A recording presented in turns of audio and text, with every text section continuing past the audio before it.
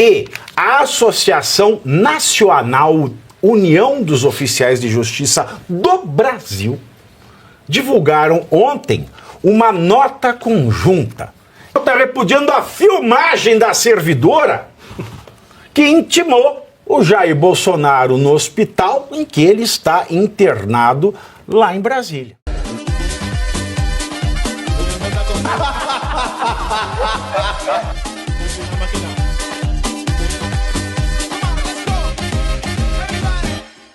O Sindicato Nacional dos Oficiais de Justiça Federais e a Associação Nacional União dos Oficiais de Justiça do Brasil divulgaram ontem uma nota conjunta em que repudiam não a ordem do Moraes de fazer oficial afrontar a lei que diz não se citará o doente em estado grave.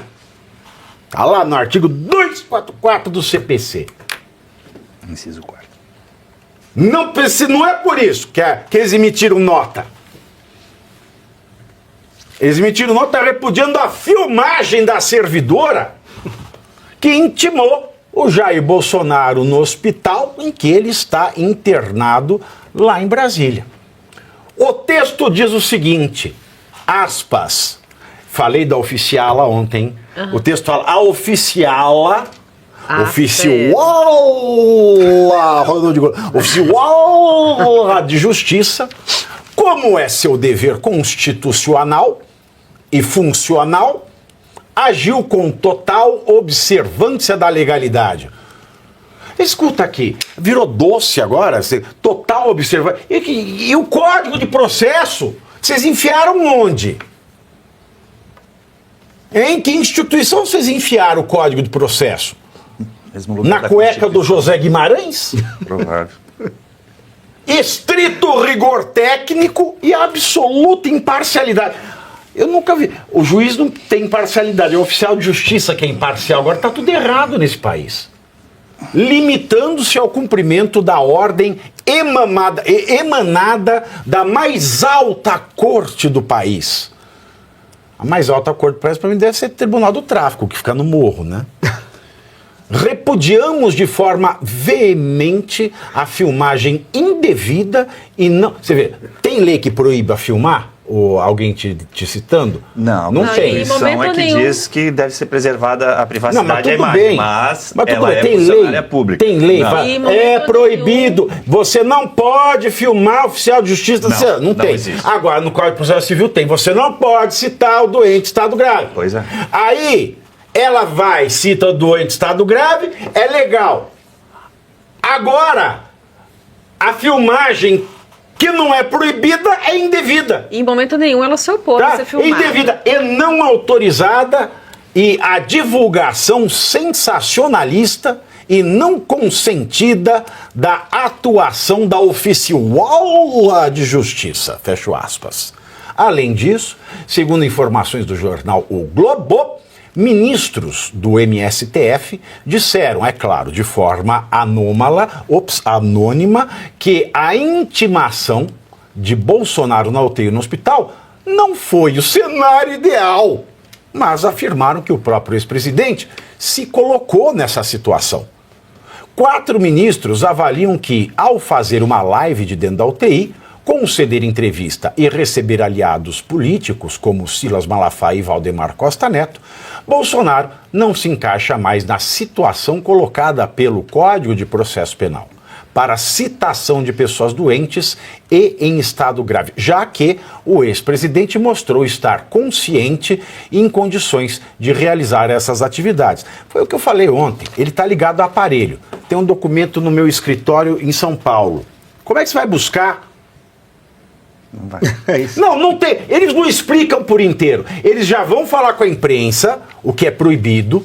Então, assim, devia fazer, o Alexandre Moraes devia abrir um inquérito para ver quem são esses ministros delinquentes que estão falando com a imprensa de um caso que eles vão julgar. Porque, segundo Alexandre de Moraes mostra, com o inquérito lá da Vaza Toga, que fez a Folha ficar pianinho, que fez o Glenn Greenwald sentir medo pela primeira vez, ele abriu lá para descobrir quem é que vazou, sem contestar a veracidade. Agora, devia abrir um inquérito para ver quem são esses ministros delinquentes porque eles delinquem, não é? Eles delinquem a lei orgânica da magistratura. E aí vem o sindicatão, né? os grupão, os conselhão dos oficiais de justiça, para falar o quê? Mal do Bolsonaro. E aí? Para quem observou esse vídeo que estava aparecendo aí sem som, obviamente por causa de direito autoral, a pressão do Bolsonaro chegou a 18/10. E isso aumenta potencialmente e exponencialmente o risco de um infarto, de um AVC, de um aneurisma, se ele tiver algum problema na sua vascularidade. E como você muito bem disse ontem e anteontem, que eu acompanhei, ele está ligado a diversos aparelhos. Eu não sei se vocês perceberam, mas ele não se alimenta oralmente. Ele está sendo alimentado por sonda nasogástrica. Isso não é grave. Ele estava com drenos no abdômen. Ele pode pegar um voo claro. Tranquilo. Aí você quer comparar o fato dele, de repente, ter feito uma live, uma participação pequena num produto dele com a família, né? No caso do capacete, com essa filmagem. Não é a mesma coisa? Então, não pode fazer live, vocês entendem que não pudesse filmar, é isso? É essa analogia que vocês estão fazendo? É analogia de idiota.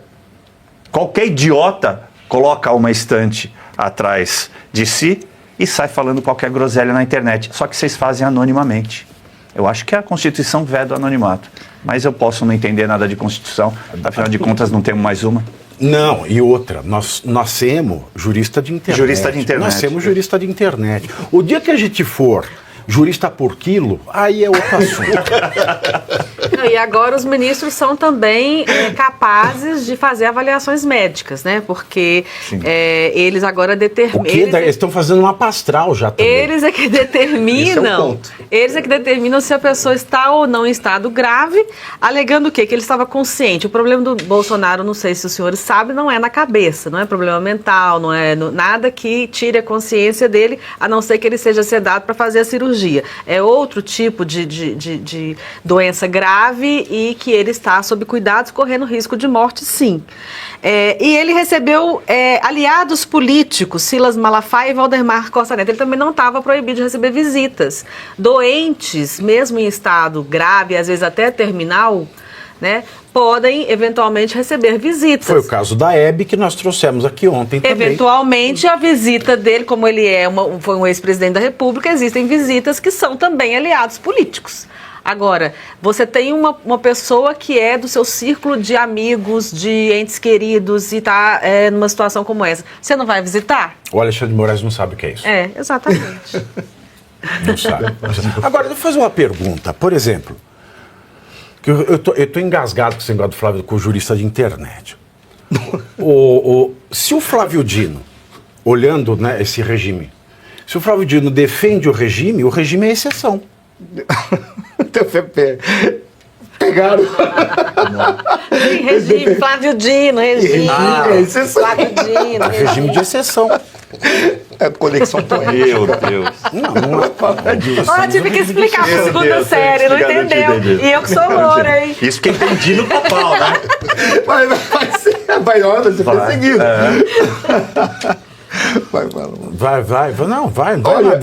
Trator aqui agora. O ponto que estava para mim, quer falar, Diogo? O ponto que estava para mim é exatamente todas essas questões que foram colocadas, elas por si só são absurdas. Mas a gente vê a capacidade de buscar desculpas, ou, na realidade, explicações, porque tem que ficar muito claro. Tudo pode ser explicado, mas nem tudo que é explicação é uma justificativa. Então, eles tentam explicar de todas as formas e chegam num ponto que dizem assim: nós interpretamos que pela sua condição de ter feito uma live, significa que ele está em condição física e saúde suficiente para receber uma intimação, mesmo que a legislação vede. Mas só que tem um detalhe. Uma vez você tinha falado aqui, Paulo, você diz assim, a última palavra acaba de alguma forma sendo realmente do STF.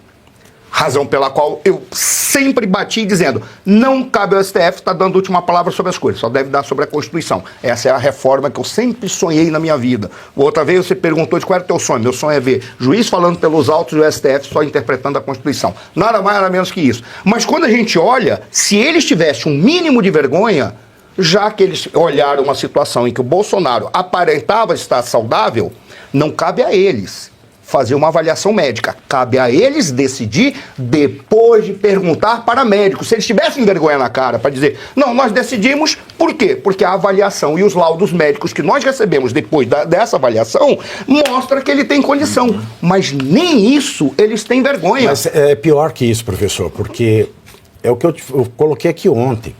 Isso não demonstra que eles estão querendo tomar o poder do médico. Isso demonstra que eles não entendem a chamada razão da lei. A razão da lei é uma pessoa em estado grave não pode fazer uma viagem para buscar uma prova. Ela não pode gozar das alternativas que ela tem para montar a sua defesa. Uma pessoa ligada a aparelho não pode fazer um voo para o Rio. Ele mora no Rio, mora em Brasília, tem escritórios em várias localidades do país. Como é que ele vai fazer uma defesa em 5 dias? E esse prazo também já é uma coisa estranha, estando preso num aparelho. E fora o emocional, né? Porque além da questão emocional durante esse episódio absurdo que aconteceu, na hora que você está discutindo com o advogado também para montar a sua defesa, você também está sujeito a emoções, né? Tratando do caso, buscando provas, quem já etc. teve numa UTI sabe da importância de você não receber nada que te abale emocionalmente. A alteração não é assim, não, passou um ventinho. Não. Altera ao ponto de você correr o risco de morte naquele momento. E eles fizeram isso com ele. E aí, olha a perversidade e como configura realmente nós estarmos vivendo no fascismo. Vieram as corporações, o que os fascistas defendiam? Eles chamavam de democracia, como é que falavam? Democracia corporativa. São as corporações que devem se manifestar no legislativo e apenas um partido único. É por isso que o Dino é cotado a candidato à presidência. Ponto. Mas olha, conta da corporação. Olha, eu lembrei aqui Nossa, você lembrou? A Michele. Não, eu mandei até. Não, é reportagem. Eu até mandei no grupo lá do Faroeste ontem. A Michele tentou, inclusive, em determinado momento, argumentar com a oficial de justiça, intercedeu, né? Porque ela adiasse a entrega do documento. E aí eu lembrei do que a gente sempre fala aqui da banalidade do mal, porque olha a resposta da oficial de justiça para Michele, abre aspas. Isso não depende da minha vontade. Estou aqui só cumprindo ordens. Não posso fazer nada, fecha aspas. Foi o que o Bolsonaro falou. Esse é um ponto importante, porque até onde eu sei, oficiais de justiça não chutam porta para entrar. Eles tocam campainha e pedem para entrar. E é uma prerrogativa de quem está em vias de ser citado, dizer não vou lhe atender. E ele tem outros caminhos para daí proceder à citação, até por edital. Ao que eu sei, não se vê requerer força policial, se fosse o caso. Até requerer força policial, pode ser, mas não se vê caso de chutar. Então, eu quero acreditar que ela pediu para entrar no hospital e que Bolsonaro, por razões que ele tem o direito, aceitou que ela entrasse, o médico também, para não fazer acusação maior. Aí o que eu fico pensando, o que caberia? A associação dos fiscais, dos oficiais e ao sindicato dos oficiais esclarecer isso, se é que ela fez dentro da lei. Porque se ela chutou a porta para entrar, aí o negócio não tem nenhum sentido e não tem validade.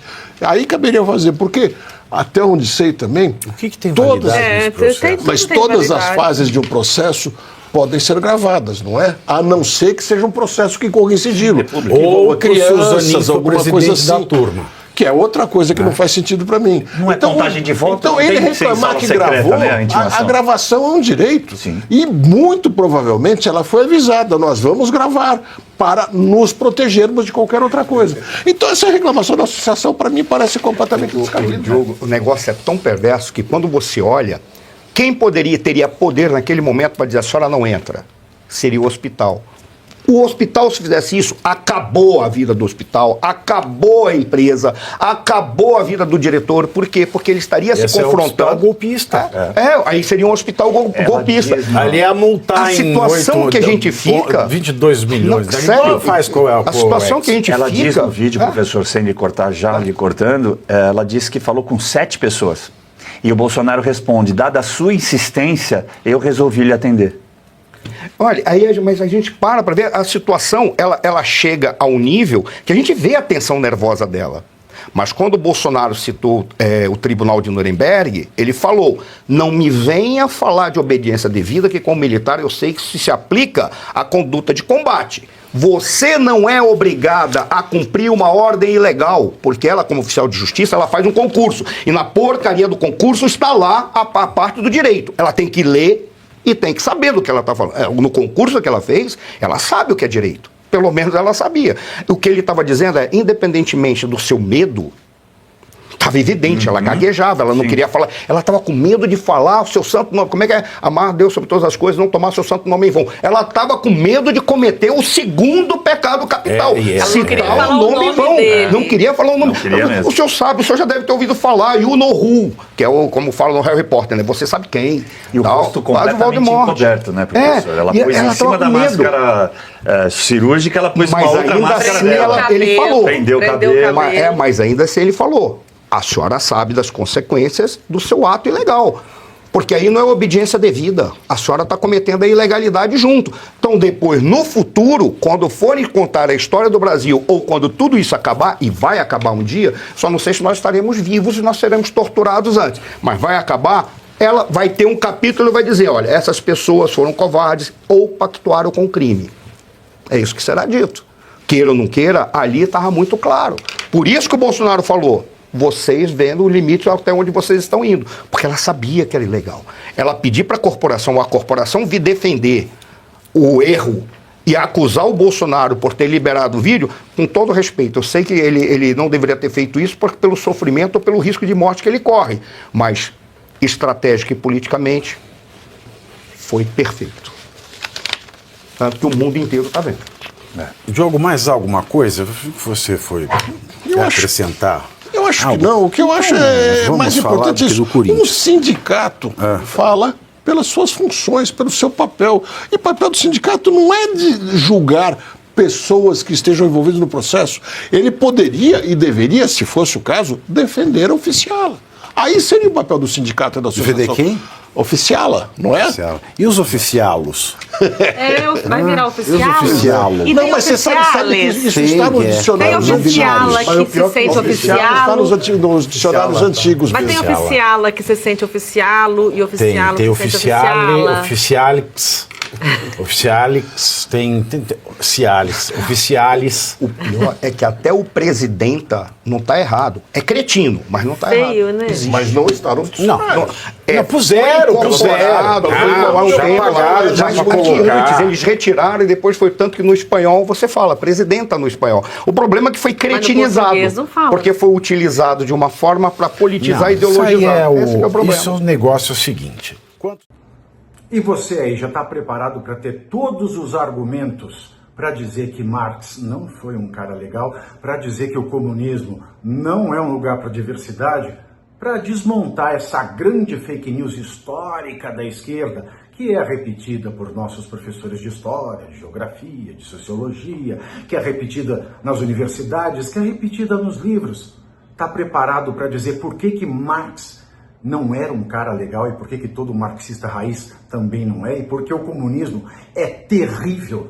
Você já leu nos Anais de Marx? Pois é, aqui nesse livro você vai encontrar tudo o que você precisa saber para responder aquele sabichão que diz que Marx é um cara legal, pois não é. Leia agora, nos Anais de Marx, a trolha do comunismo transviado para encaçapar idiotes, à venda em todas as livrarias do Brasil, pelo site ou nas lojas físicas. Não deixe de ler.